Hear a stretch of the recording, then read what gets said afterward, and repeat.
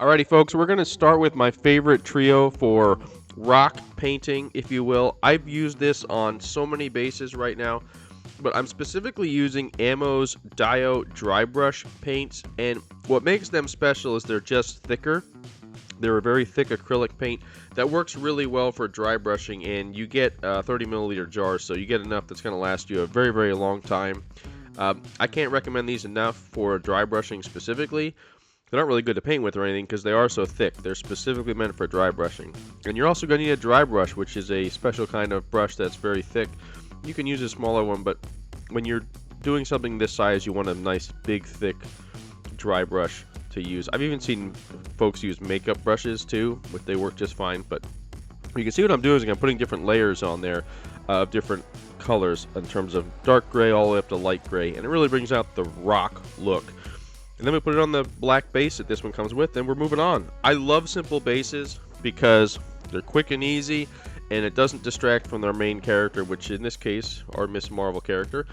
She's wearing a lot of black, like leather, and if we just painted it black and put a gloss coat on it, you could call it finished if you wanted to, but I think that's boring. So what I do is I use these two shades of gray to actually add highlights on as if it was shiny. And here I'm going to slow down the process for you so you can actually see what I'm doing a little bit easier. Essentially, I'm creating something similar to a zenithal highlight, but I'm using gray because white is obviously way too crazy. And if you tried to do a zenithal white and then spray black over it, it would just be black again. So what we're doing is we're looking at the areas where the light would naturally fall onto this character and create kind of a sheen or a shine or a highlight, whatever you want to call it. And what we're doing is we're putting the grays there. And I started with, like, I think it's Dunkelgrau, which is just a dark gray. And what I'm doing next is I'm filling in some of the shadows again. So I actually just put black back in my airbrush and I'm filling in the shadows because I got some highlights in areas I didn't want it.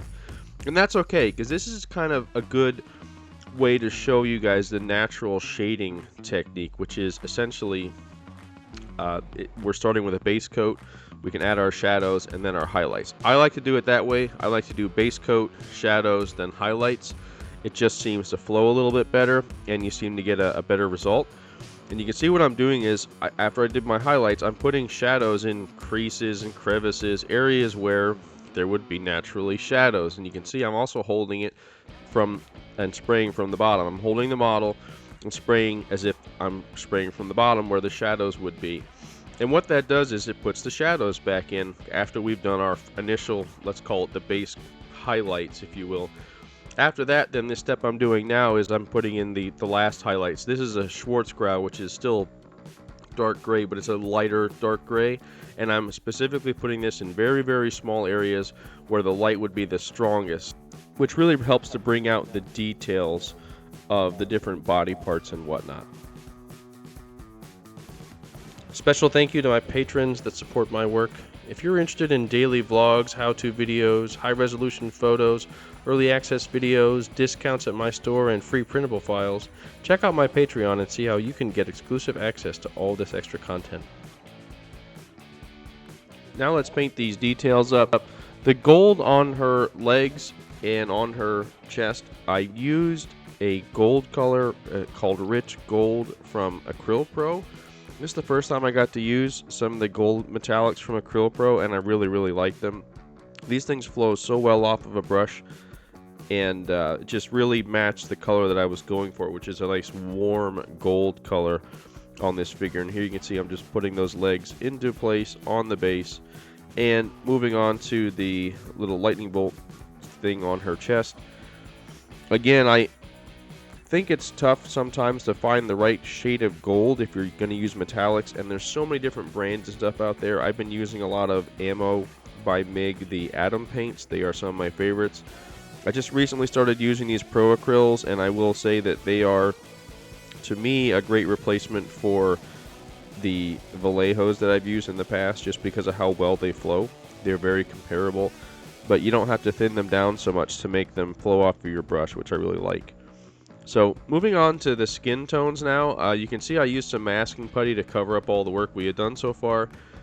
And then what I'm doing is I'm spraying over all the black. I'm spraying with white, and I'm also including her sash here that's attached to her body in that pre-shading, let's call this, of white, because we're going to be painting that sash red later on, and red doesn't go well over black, so we need to paint it white.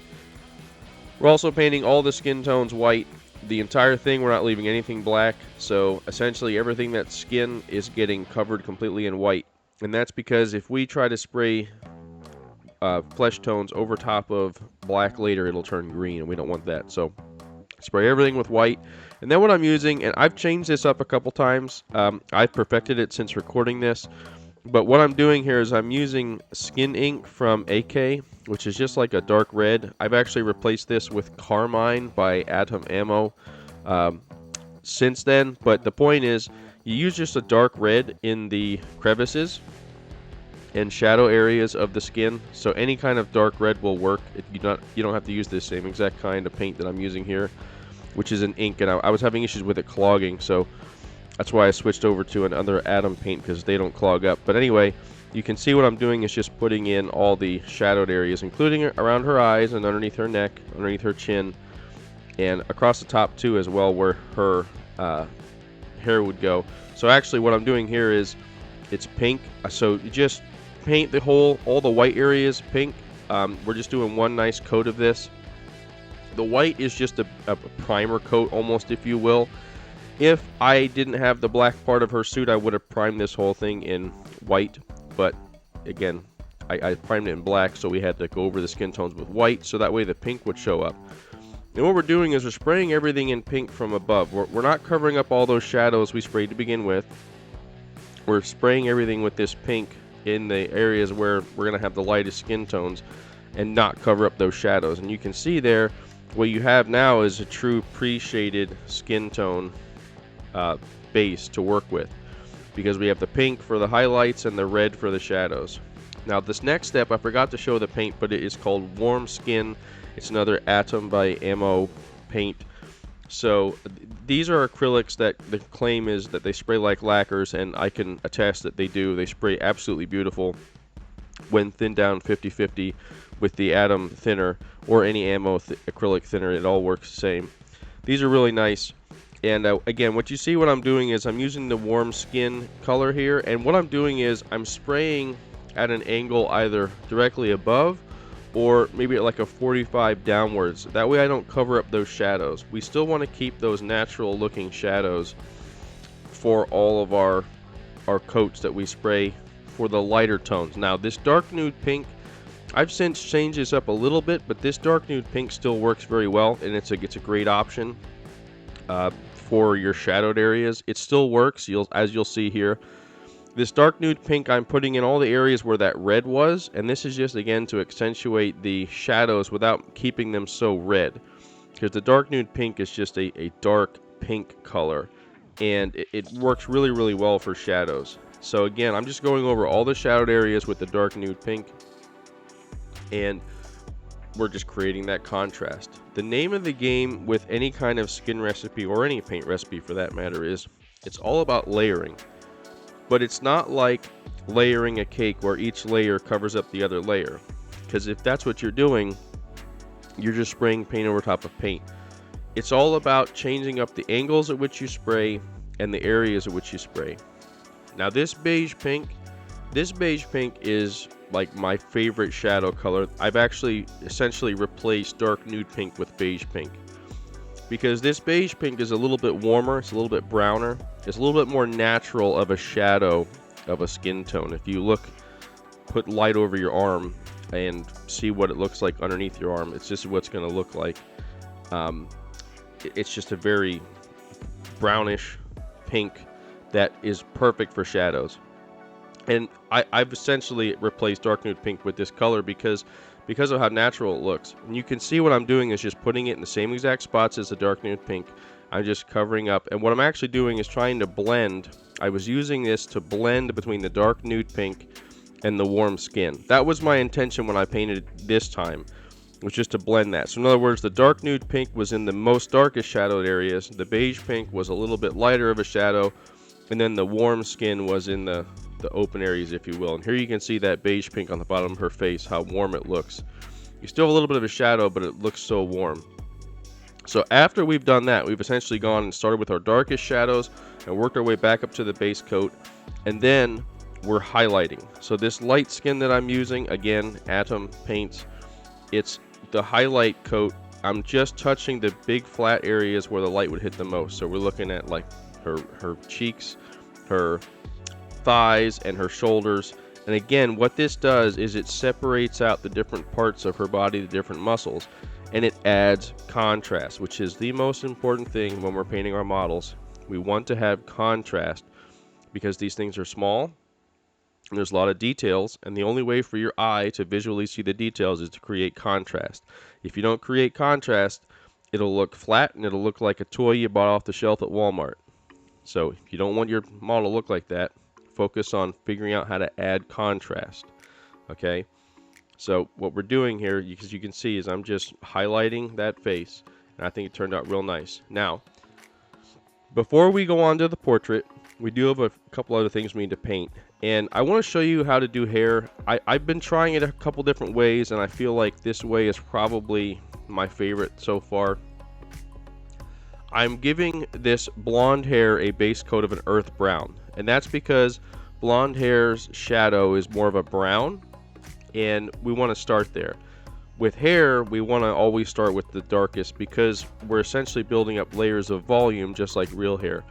And the next thing I did was it's like a mustard color, I think it was. I forgot to record the actual color, but I'm pretty sure it was mustard. Again, these are all Atom paints. I painted the highlights, or like essentially from above, almost like a zenithal, with the mustard color to help add some yellow.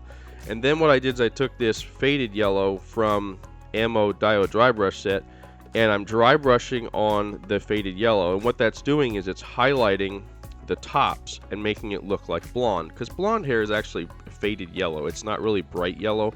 So like if you just grab yellow and think that looks like blonde hair, just look at any picture, just literally Google a blonde haired woman, and I'm telling you, it's not yellow, it's more like a faded yellow. So, and that's how I did that. I thought it turned out a little bit better because it looked like it had some volume and there were multiple shades of yellow and browns, which is what I was going for.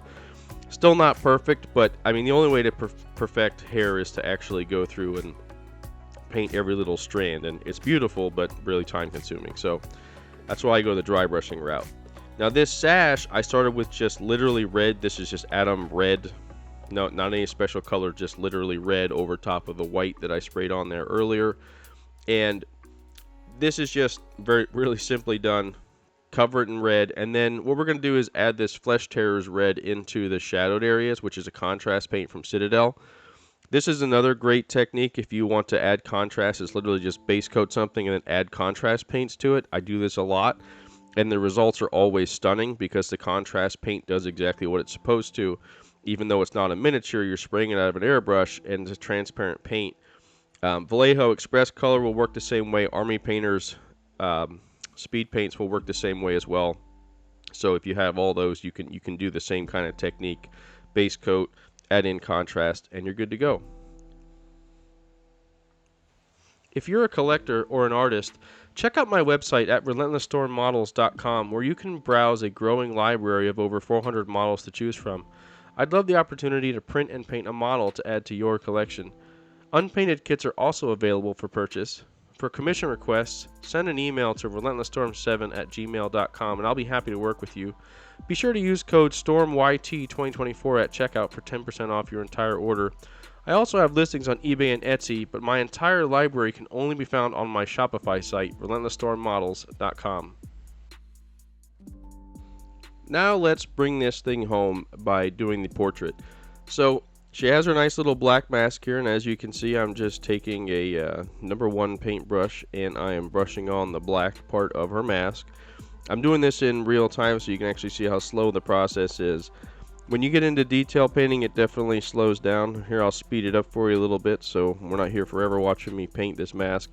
But one of the things I wanted to point out is you can see how I'm constantly turning the face. That way, the part I'm painting, like the edge I'm painting, is always away from me. This is a very important technique when you're doing any kind of detail painting, is whatever edge you're painting towards should always be away from your paintbrush. It's a very, very important tip that I want to share with you all, because if you don't, you do the opposite, you'll probably get paint on places you don't want it. So here we can see how that looks in the end. And then moving on to her lips, again, you can see how even with her lips, I'm constantly moving the model around in my hand, different angles and whatnot, because you want to make sure your painting hand is always in the same comfortable position, so you can keep using the same exact muscle memory movements to paint what you need to paint. And in this case, the lips can be very, very difficult, and reference photos again are really helpful. It's also really helpful when you have an artist that sculpts the lips perfectly, so you don't have to worry about that. But with the lips out of the way, we can move on to the eyes. And I have a very specific way that I paint eyes. So I'm adding in like eyeliner here along the edges. I'm using a 0 paintbrush at this point. So it's very, very pointy. And you definitely want a very good paintbrush for this. A 0 or a 00 if you can. Something with a very sharp point. And something that's not worn. You need a good paintbrush for this. I'm painting in the eyeliner around her eyes. I'm painting in her eyelashes, and just making sure that everything is covered in black, just as it's supposed to be. And once we have all that done, and you can see I moved this around so much, I got to the point where I was moving off camera, so I had to recenter it again for you guys. It is very difficult to record all these details for you and for me to be able to see at the same time, but there you can see what the black base looks like in her eyes. And then what I'm using next is, this is ivory, so this is more of the Acryl Pros. I've been using this regularly now in her eyes. It's an ivory color, so it's not bright white, it's got a little bit of yellow to it, which is very natural looking. We're just painting in the white part of the eye for now, and you're gonna see I'm gonna add in the fleshy part of the eye, the pinkish part, here in just a moment. But I like to start with just painting the entire inside white, just so I have a nice base to work from, because it's very easy to clean up. Now, eyes might seem daunting, but if you look so far, your colors are pretty much black and white. So if you make a mistake, you just paint black or white back over it. It's not a big deal. Here what you can see I'm doing is I'm taking a fleshy tone. It might even be the dark nude pink that I'm using. It's a good color. Or I've found that vintage pink from Ammo, again, this is the Atom variety. Vintage pink works really well for the fleshy part of the eye. So if you look in her corners, you see the fleshy part. Now, I wanted to try out some of these. I bought these a long time ago from Archer. These are some really small decals that are for eyes. So I picked some out because she has blue eyes, and I cut them to fit her eye. And then with any kind of water slides, you got to dip them in water, and then you have to put them in place with some really fine tweezers here. So I didn't like the way these went in at first. They were a little tough, and you kind of have to plan ahead how you cut them. And they were a little off, like her one eye was looking higher than the other, so I actually had to cut them out and put them back in. But then I wasn't happy with the color, so I added some more blue to just around the edges where the blue was on the decal. So I did have to doctor them up a bit, but I thought it turned out really nice. I'm just using, actually, this is a Citadel blue, so I used a transparent blue because I didn't want it to be matte when I was done. And, well, you let me know what you think. I thought they turned out pretty good, even considering that I'd never used them before, and they aren't exactly easy to use. So if you're thinking that the decals are an easy trick, they're not actually easy, but the results can be really good once you figure it out. This last step here was to add in the white, like, glint in her eyes, and then I added some gloss to her eyes and gloss to her lips, which is a very, very important step to do when you're painting these figures, because it really makes it look realistic, having that shine in there. And once we have that bit done, we can fully assemble her. And usually I like to assemble my models as I go, just because it feels nice to have that sense of progress. But at the same time, lately, which I'm recording this after I just finished up Skeletor, and when you don't put your model together until the very end, it's almost like it goes from being something it looks pretty cool, and then all of a sudden you're like, holy cow, all this fits together and looks really good. And there's her body, and all we have to do is give her a twirl so we can see all those beautiful skin tones with the black suit she's wearing and put her head in place, and we're good to go.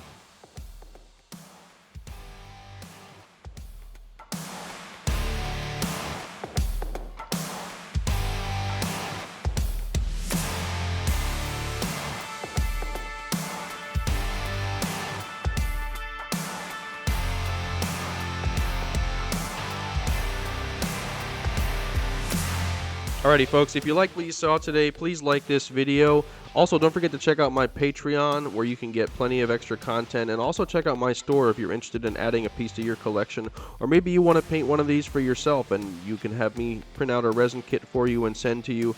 Also, keep an eye on my store, because I'm soon going to have some paints and other painting supplies for you all to go with your resin kits. That's coming really soon over at RelentlessStormModels.com. Hope to see you back here next week.